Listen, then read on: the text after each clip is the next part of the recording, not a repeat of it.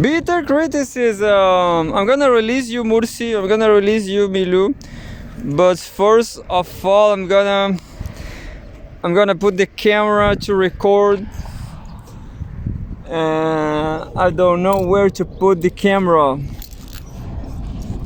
This is a new one, a new tripod.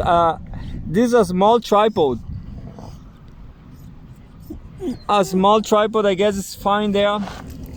Now I'm gonna release you, Mursi. You know, I was walking Mursi and the dogs. Suddenly, Mursi's boyfriend came here to show up, and Mursi, of course, he loves him. I know Mursi. He is the most beloved boyfriend she have. So I release her, of course. Go see your boyfriend, Mursi. Go, bitch. See your boyfriend. Go watch your boyfriend. Go. Well, she forgot the. Are you just like Mursi, women over there in the world? They go together. Yeah, together they are stronger. They're fastest dogs. Anyway, and then Tommy over here. Tommy, the Mursi's boyfriend didn't like it, Tommy. And Tommy, of course, Tommy is not Mursi's boyfriend, but it's kind of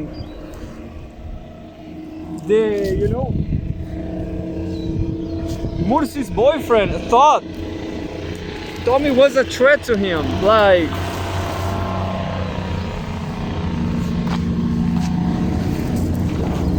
Mursi's boyfriend got jealous from I'm gonna do it like this today. So Mursi's boyfriend got jealous. Is another dog, of course. You know, I guess that dog is, I was thinking he's mixed, but he's like a German Shepherd and a Akita. It's like a mixture. It is a mixture of dogs.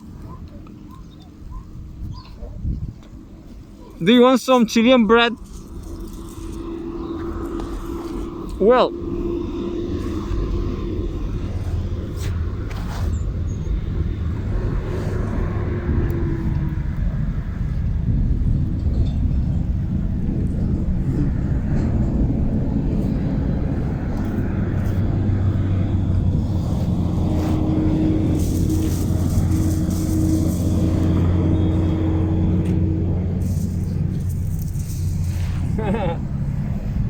you're losing this, but Mursi is just...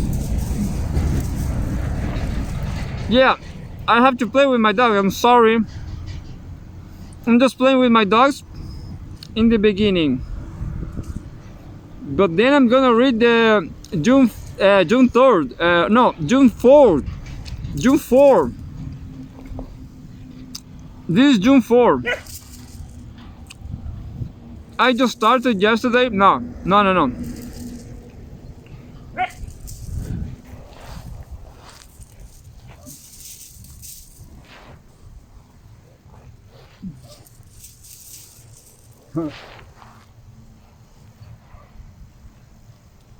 Well, you know, Tommy got crazy. Tommy got crazy fighting Mursi's boyfriend because he got jealous of Tommy. Was a mess. But Tommy over there, he has a necklace. You just pull the necklace of Tommy and resist, you know, because Tommy's powerful.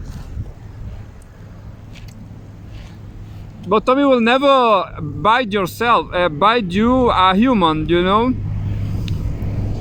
This kind of dog, Tommy, Argentinian doggo. Argentinians, they made this dog to fight pumas, mountain lion. And you know, watching Tommy is absolutely fierce.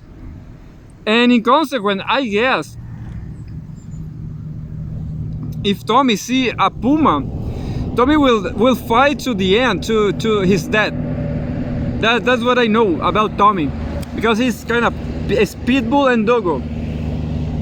And well, I'm pretty sure that about Tommy will fight to his death, no matter what. No matter is a Tyrannosaurus, you know, Tommy will fight to the end. And well, and that's why Argentinians take this dog, made this dog from the Great Dane. That's what I know about. That's all I know about Tommy. And but Pitbull is came from the Pitbull race. Came from Bulldog. The Bulldog is the father, let's say, the father or mother from all. I'm not sure about Boxer, but the Bulldog led the way to. They take the Pug, they take the Pitbull, and that's it. Well, maybe other ones. All is the same, you know. All these boxer nose dogs, they all came from Bulldog. Anyway, and well, the bulldogs are harmless, you know. I guess they are harmless. They are kind of too fat. Not Tommy, you know, not Tommy at all. Anyway, June 4, Ukraine might not join NATO. Biden. Peace doesn't necessarily mean membership of US-led bloc. The American leader has said. US President Joe Biden. US President Joe Biden's vision of peace for Ukraine does not necessarily NATO membership. I'm gonna change a little bit things right here.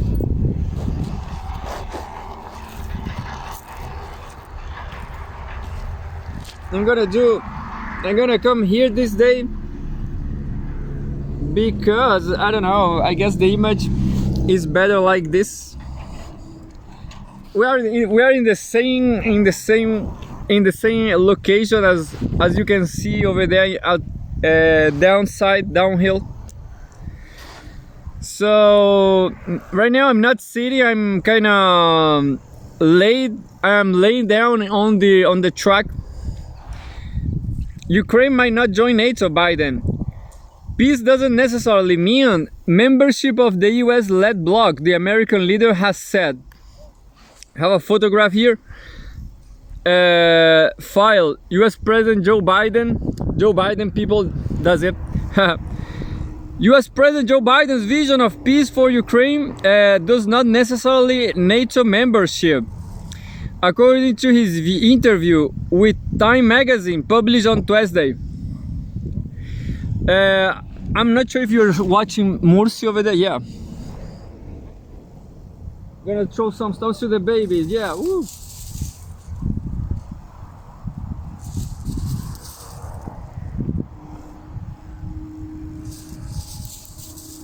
Good try, Mursi. Keep trying.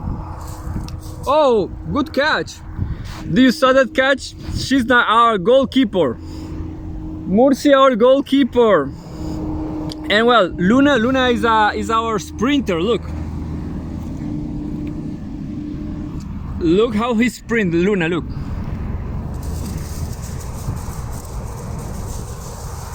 Luna is kind of a pit bull, but his face is not like a pit bull.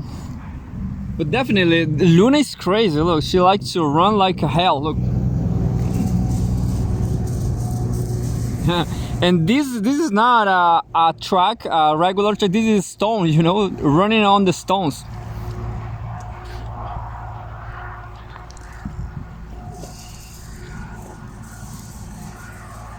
My doggies. And sometimes there are Akitas coming here. Sometimes Akitas are coming here. And Tommy, and once, you know, that Akita bited Tommy over there. And Tommy now hates that Akita. So right here is not absolutely safe, but Tommy is safe, you know. Tommy is here.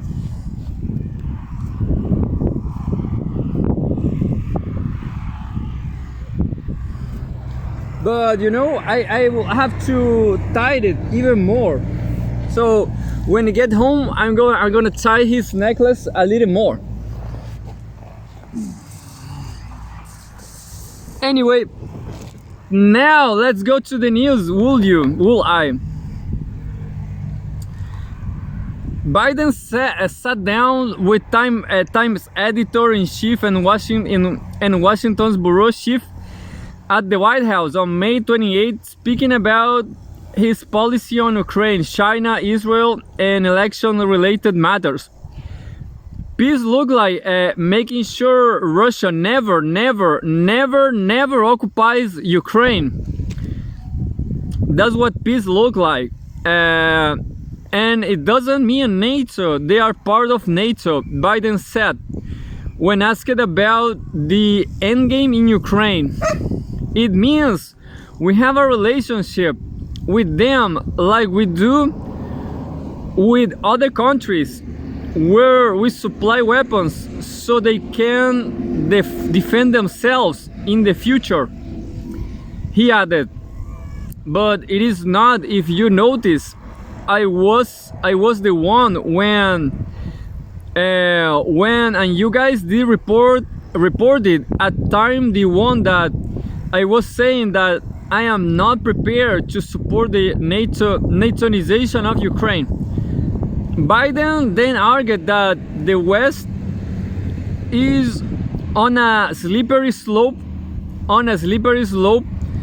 for war if we don't do something about Ukraine, and that if Kiev falls, then you will see Poland go, and you will see all those nations along the actual border of Russia from the Balkans and Belarus.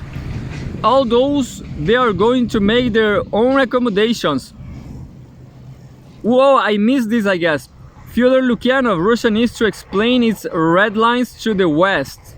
No, I guess I have this. You know, I'm gonna skip the Biden news. I'm gonna go right to Fyodor Lukyanov. I'm sorry, but I have 119 pages. I will put the cell phone in the vertical just to go faster. I guess I have this one. I didn't pay attention, but I'm gonna read first. First my, yeah. Look, no. Because Fyodor Lukyanov, as I showed before, is one of my columnists. That's why I made that plate. That ranking, oh no, I don't have such a, yeah, well, tomorrow, no, I don't have. So next one, Joe Biden's health is about to be put on a severe test. The discussions concerning the incumbent US president's age and physical condition, while not without precedent, are most insane yet. This is by Murad Sachid Gaze, president of the Middle East Studies Center, visiting lecture HSE University, Moscow. With about half a year left until the 2024 US president election, the likely contenders, as in 2020, are current US President Joe Biden and the star of the Republican opposition, former President Donald Trump. By November 2024, the combined age of the two candidates will be 159 years, making them the oldest ever contenders for the highest office in the US, surpassing the record they themselves set during 2020 presidential race. I guess it was 159 54, I guess, or 5, because it was 5 years ago. This raises a question in the American political discussion. How capable are the elderly Trump, 75, 77, and Biden, 81, of effectively performing the functions of head of state and commander-in-chief? Public attention in the context of this question is primarily focused on the incumbent president, despite Trump being only 4 years younger than Biden. The Republican shows virtually no signs of aging. So Trump, isn't it? So what can you do to keep to be young forever? Fuck some porn star, having sex with porn star, yeah, with hot women. I guess this is not such a spectacular article, because I guess Biden used his condition, his age, his demons, to not to get criticized, you know, because he's just crazy. That's it. This is an alibi. Understand? He played the fool. He played the fool to keep quiet. I guess that was going on. What's wrong with Biden's health? Memory problems. I'm just gonna skip. Gaffes. Physical awkwardness. And that's it. I'm gonna skip to the next one. I'm sorry, but not so interesting. Yeah, maybe he's crazy. Maybe he's old demon, but he trade, I guess, for his party is better like that. For the deep state, it's better to have a crow. I don't remember the word. A doll, you know, than a human being. Yeah. Anyway, Biden not rolling out boots on the ground in Taiwan. June 4th, Homeworld News. Russia Today. All this is from Russia Today, the censor channel on YouTube. The US president has refused to set limits on American military involvement in the event of conflict between Taipei and Beijing. US President Joe Biden has declined to say how his nation will defend Taiwan from Beijing's military, but will not rule out putting boots on the ground on the self-administered Chinese island. Taiwan has been backed by successive governments in Washington, even after US formally recognized the People's Republic of China in 1979.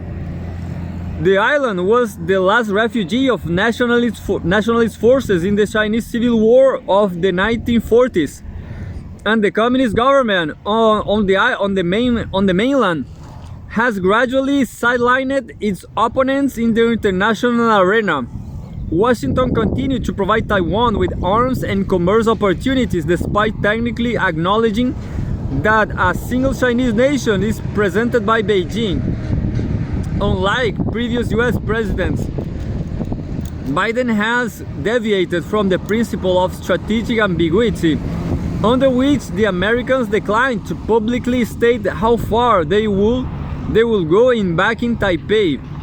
The president has repeatedly pledged to intervene militarily in the event of China trying to take the island by force.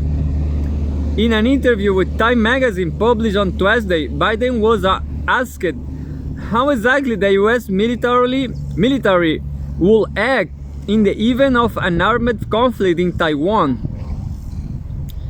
Quote, It will depend on the circumstances, the president replied.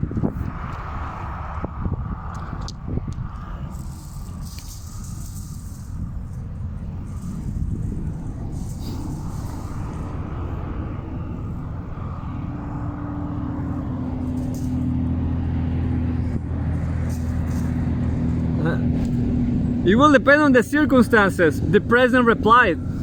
We are continuing to supply capacity, and we've been in consultation with our allies in the region. He confirmed that he was not ruling out using US military force on the ground, but also considered considered other options, which he could not discuss publicly. He said, you will then criticize me with good reason if I were to tell you. Senior US military and intelligence officials have claimed that Beijing may be preparing its military to seize Taiwan, with several deadlines for such an operation floated over the years. Biden told the news outlet that he had discussed with the issue with Chinese President Xi Jinping during their bilateral meeting in San Francisco last year, vowing not to seek independence for Taiwan. At the same time, he said, nor will we in fact not defend Taiwan if China unilaterally tries to change the status. Beijing's stated policy is to seek peaceful reunification with the island, but it has warned that it will resort to military action in response to a formal declaration of independence. Chinese officials have claimed that some American politicians are encouraging Taipei to cross this red line. Nature, all this is from June 4th, from yesterday. Nature preparing troop plans for potential Russia conflicts, Telegraph. Men and weaponry may have deployed across Western Europe, a senior general claimed. NATO is working on plans to rush tens of thousands of US troops along land corridors in Western Europe in the event of war with Russia, a senior strategist has told the Telegraph. Last year, members of the US-led military bloc agreed to keep 300,000 troops ready to deployment, purportedly in response to a potential Russian attack. However, training exercises have exposed red tape and infrastructure bottlenecks that prevent the rapid transfer of personnel and material across the continent. NATO military leadership is therefore working to ensure that the flow of troops will not be stopped by likely Russian strikes on ports used by the US military to upload its cargoes. The Telegraph reported on Tuesday, quote, "It is clear that huge logistics bases, as we know it from Afghanistan and Iraq, are no longer possible because they will be attacked and destroyed very early on the conflict, very early on in a conflict situation." Lieutenant General Alexander Solfranc, head of NATO's JSEC Logistic Command, told the newspaper. The primary route for American troops in the event of war with Russia will be via the Dutch port of Rotterdam to Germany and Poland, the report said. Alternative corridors from Italy, Greece and Turkey will respectively run through Slovenia and Croatia, through Hungary and through Bulgaria and Romania. There are also plans to involve Norway, Sweden and Finland for backup logistics. That's sad for me. Well, war is not happening right now. The US and its allies have claimed that Moscow could attack NATO, and that sending arms to Ukraine to fight Russia will help stall or prevent that outcome. Moscow has denied having any such intentions and has accused Western governments of creating false threats to deceive their populations over the Ukraine conflict. Russian officials have described the hostilities with Ukraine as a US-initiated proxy war aimed at undermining Russian development, in which Ukrainian soldiers serve as cannon fodder. While weapons intelligence, training, and planning is contributed by the West.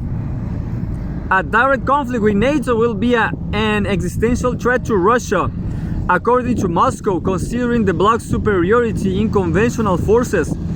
Consequently, any such clash will warrant the deployment of nuclear weapons on the Russian nuclear doctrine it has warned. So the world maybe will collapse, isn't it, Tommy?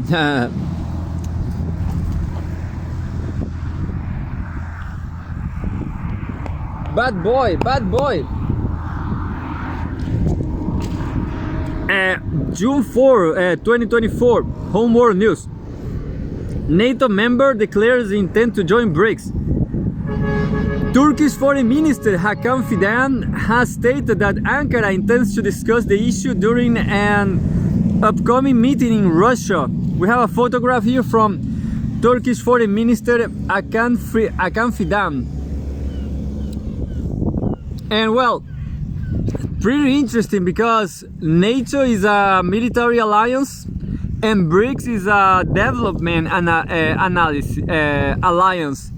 And Turkey is a third world country, I guess. Turkey will seek to join the BRICS group of nations and intends to bring up the issue at an upcoming meeting of the economic bloc's foreign ministers in Russia. Ankara's chief diplomat Hakan Fidan announced it on Tuesday. Speaking to reporters while on a 3-day visit to China, Fidan stated that Turkey has long been waiting to become a member of the European Union, but has for years faced opposition from some of that bloc's members. In this context, Ankara is now considering BRICS as an alternative platform for integration, the minister explained it.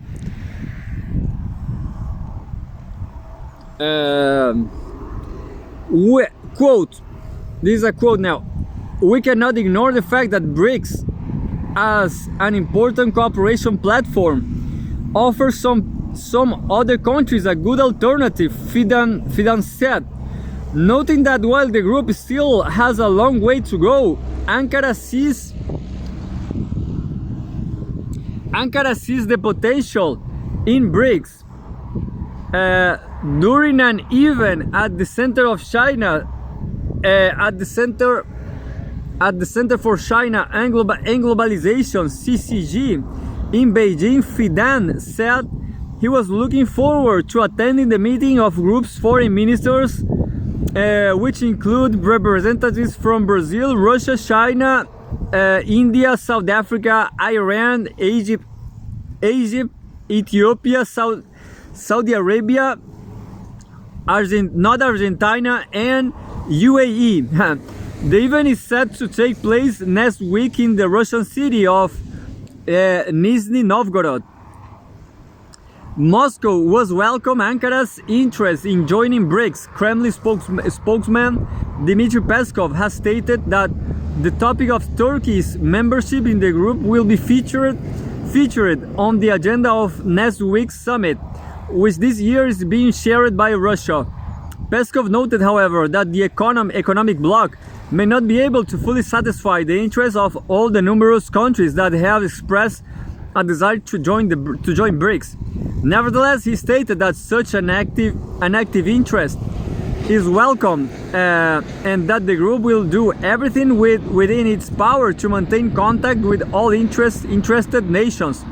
But I guess Turkey is super special, because of military strategic strength. Maybe is a Trojan horse, who knows? A Trojan horse from NATO itself, but Turkey, being or not being a Trojan horse, could be a good peacemaker, I guess.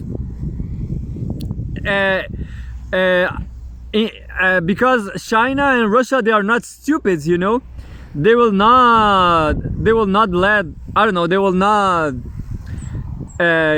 give the power to Turkey, you know. They will not surrender to NATO. Anyway, last week, Russian Foreign Minister Sergei Lavrov also noted that the doors of BRICS are open to the representatives of the most diverse economic and political system and macro regions. The only condition to join the group is a commitment to work on the basis of the key principles.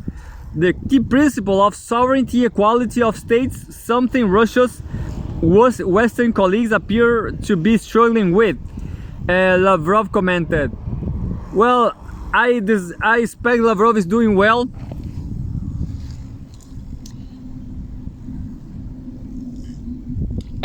Because he looks like tired, absolutely tired in some of the last photos. June 4, 2024. Russia has exceeded NATO's expectations, Stoltenberg. This is not from Fyodor Lukyanov. Homeworld News.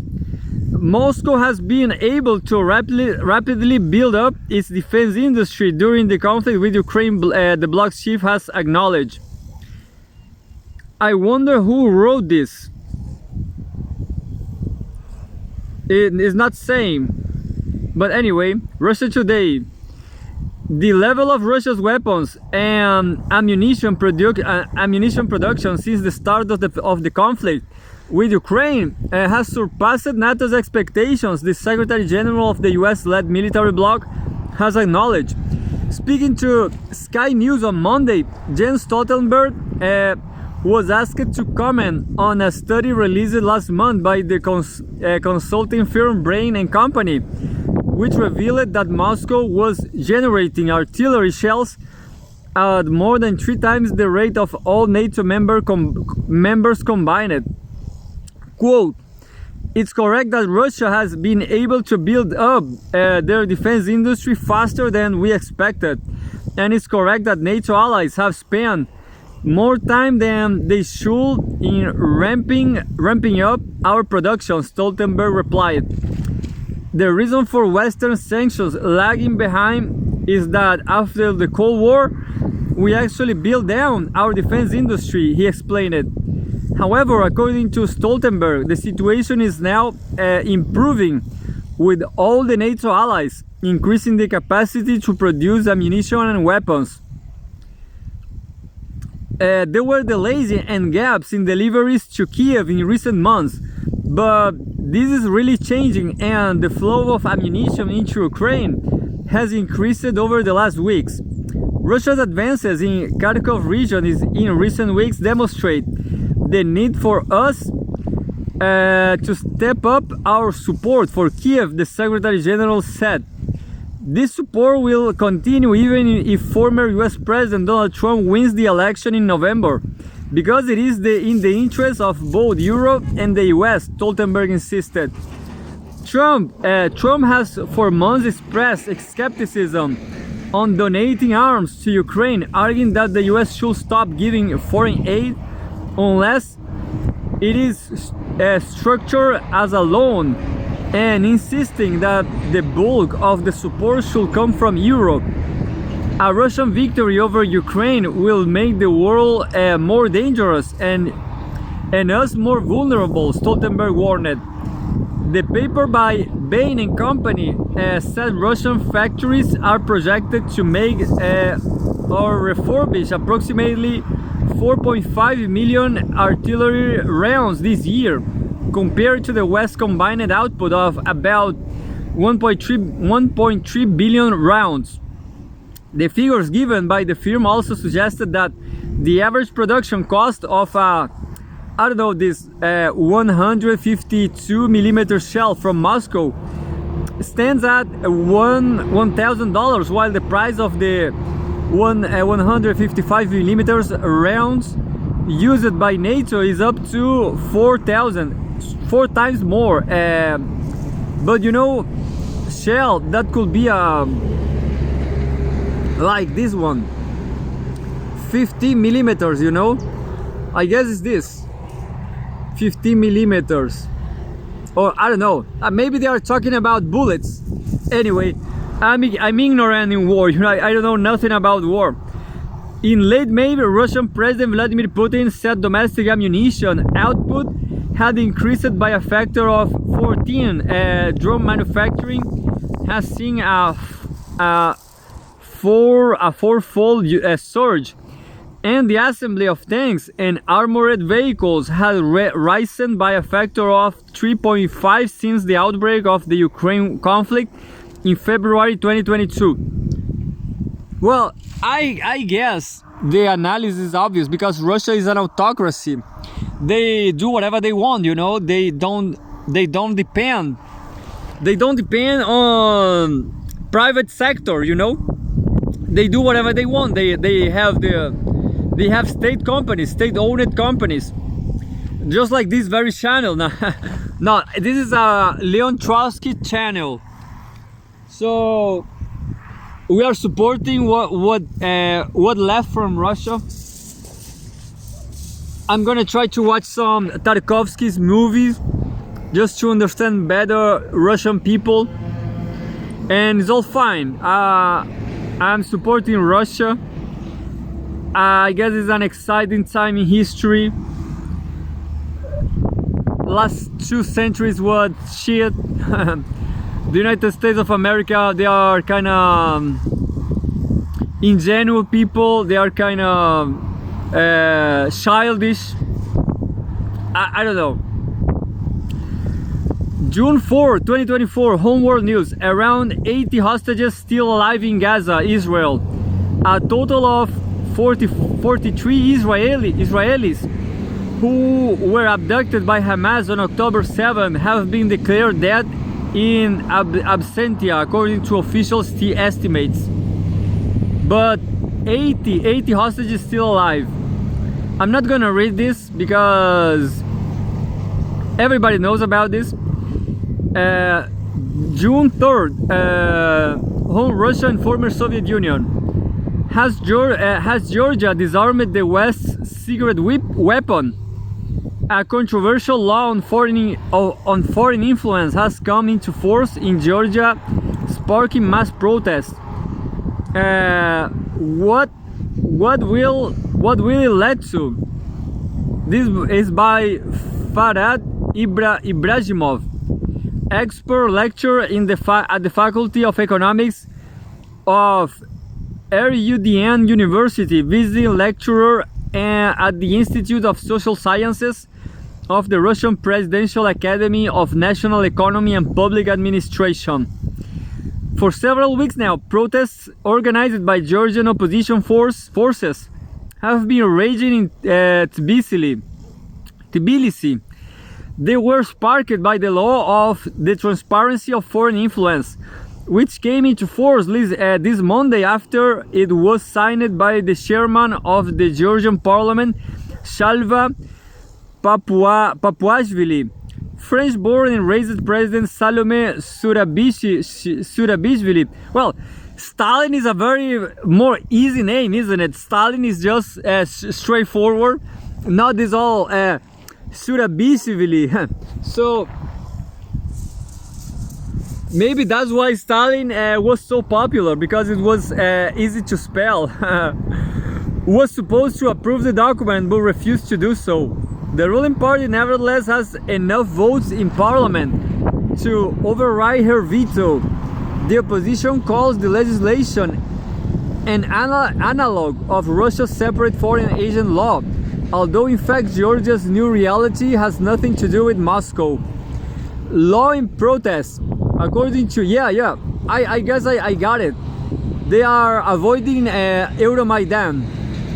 Law in protest, according to the new law, all non-profit organizations and mass media in Georgia that receive more than 20% of their annual income from abroad, or which pursue the interests of a foreign power, must be registered. This process involves filling out a declaration form and stating the organization's income.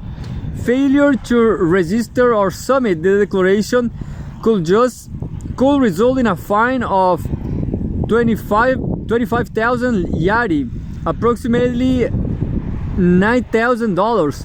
The Ministry of Justice of Georgia has also been granted the right to seek personal data and confidential information, excluding attorney-client privilege, to identify foreign agents. Georgian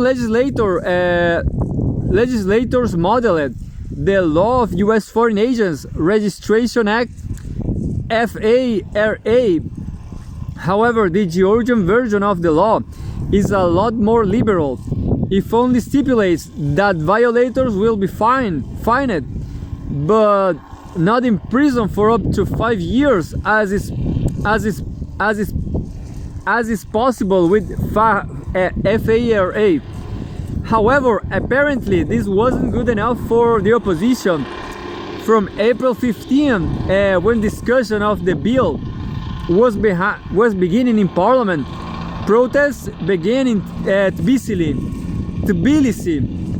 The opposition, which had been vocal against that, it claimed that was a pro-Russian law, brought people onto the streets. The demonstrators provoked the police, and this led to clashes between them and law enforcement. Police officers largely acted with restraint and refused to give into provocations. I guess I actually don't understood what happened. I thought it was an anti-Euromaidan law.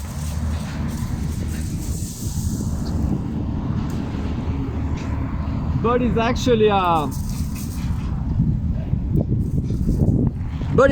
a anti-Russian law. Read more. Echoes of Maidan. Georgia has a huge Western-founded NGO sector and regular outbreaks of violent protests. Is there a link? Back in late May, protest organizers, including opposition party leaders, said that rallies against the law will continue until the day of parliamentary elections in October 2024. I'm gonna keep this here. I don't get it what's going on in Georgia, but anyway, you will see. If something happens, I will came back to this. June 3, 2024, 2 days ago, home Russia and former Soviet Union. Kiev issues critical pension warning. Citizens have been urged to fund their own retirement and work as long as possible due to a demographic crisis, of course. I guess that is because of the war costs also. Well, now I'm gonna read just the headlines from the next program, the next episode on the bus. Wang Yi urges more support for political settlement of Ukraine crisis. Politics, June 4. CGTN now. Chinese Foreign Minister Wang Yi speaks during a joint press conference with Turkey Foreign Minister Hakan Fidan in Beijing. So that's why I guess Turkey wants to be a BRICS member. Chinese Foreign Minister. Well, next time on the bus, I'm gonna read this. High-speed sleeper train services between mainland and Hong Kong to begin on June 15. China. You know, I was watching CGTN website, and I found a lot of, you know, when you open up an article, you see a top four articles links on your right, and then you can click on them, and there's a lot of interesting news there, like this one. High-speed sleeper trains linking Beijing and Shanghai with Hong Kong will commence operations on June 15. I'm gonna read this on the bus.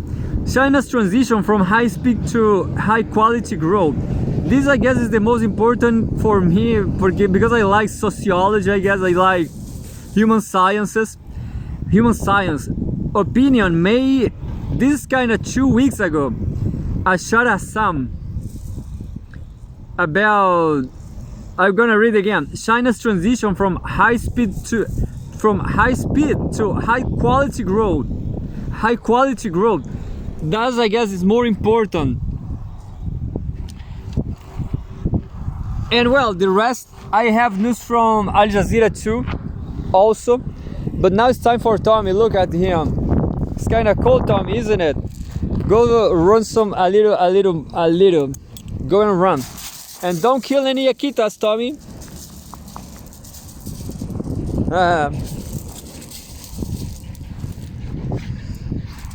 And well, Mursi wants some stones. It's a perfect catch. Yeah. Catch it again. Oh, it catches. She's like my baseball, I don't know, catcher. It's my baseball catcher, yeah. A baseball player from Japan, not from US. Do you know Japanese players of baseball, they are the best in the world now. What about that? So America is declining, isn't it? American people, they are just smoking weed, crystal meth. So sad, but it's true. I'm going to, if I win lottery, Mursi, we are going to Japan. What about that? Just me and you. I'm gonna leave the boys here. I'm gonna take her, Mursi's boyfriend. I'm gonna kidnap her boyfriend, and we'll take them to. Tommy, this Tommy's crazy.